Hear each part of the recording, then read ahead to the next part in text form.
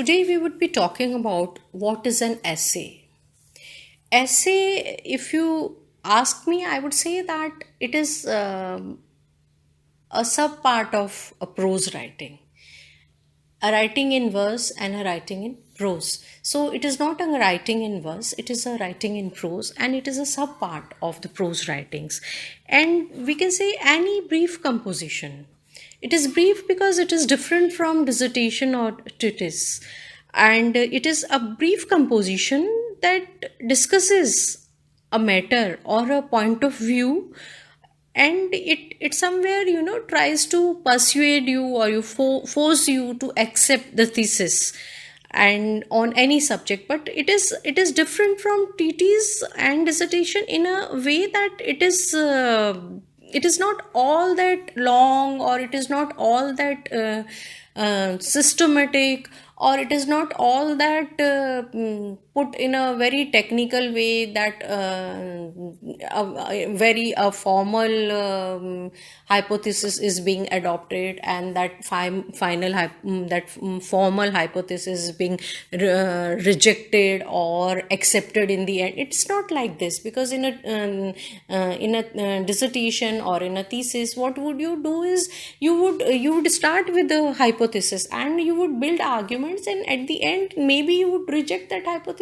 or you would accept that hypothesis. But in an essay, it is less formal. I would say it is less formal, because when we read Art of Essayist, then we came to know that how what an essay is, in a very informal way. In that essay itself, we came to know what an essay is, as if in within inverted commas, it was like this like, as if somebody is doing it himself. Somebody is doing it himself means the arguments were more or less presented in a less systematic way by the author himself, and those arguments or those opinions were of the author himself. So when we say that essay is general, it is addressed to general audience rather than any specified audience. And why I am again and again using the word dissertation and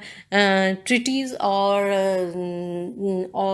thesis, because I somewhere they are at one point, after one point of time they become overlapping. But in order to know what essay is exactly, we should be able to differentiate it from the other writings which are also in the same line, but they are more systematic, they are more technical, and they are I would say they are written at length, while essay is short as compared to them. But there but they have certain aspects, like aspects of opinions, or aspects of persuasion, or aspects of elaborating upon a topic. These aspects are common among all these writings. And then we say that this subject matter is treated in a non-technical fashion, and it is there are devices where examples are quoted from different areas, and there are various illustrations, and sometimes those illustrations are put forward through some logics, or sometimes a lot of humor is used to convey the idea. So if further division of essay is asked, I would say that there are formal essays as well as informal essays, then there are personal essays as well as impersonal essays. Formal essay, as the word suggests, we know they are relatively impersonal, and author writes with lot of his own using his lot of his own knowledge and on the subject. And he would he would give his opinion about the subject. Like, if you say formal essays, I would quote from the various essays which come from your syllabus. Like, you must have read, or you would be reading Meditations in Westminster's Abbey by Addison. It is a formal essay, and in this, Addison is talking in a very formal and in a very serious tone. So these essays are impersonal. They are talking of things in general, but essay, as I say, you cannot put things into watertight compartments. Essays, as I already said, they carry the opinion of the author. Then we say impersonal essays or personal essays, where we talk about everyday things or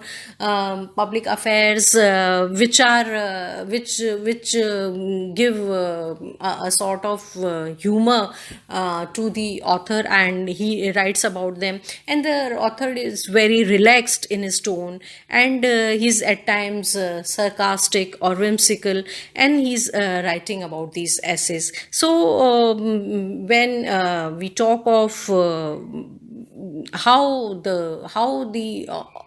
as the form of essay evolved, then we can go back to the French essays. Then we can talk of the essays which came from Roman courts, the how Plato, Aristotle, they also helped in developing the form of essay. Then we can talk of Bacon. Then we can talk of we can talk of Pope. Then we can talk of Addison and Steele, who in their Tatler and Spectator wrote many essays. And then Francis Bacon's essays of truth, of adversity, of marriage.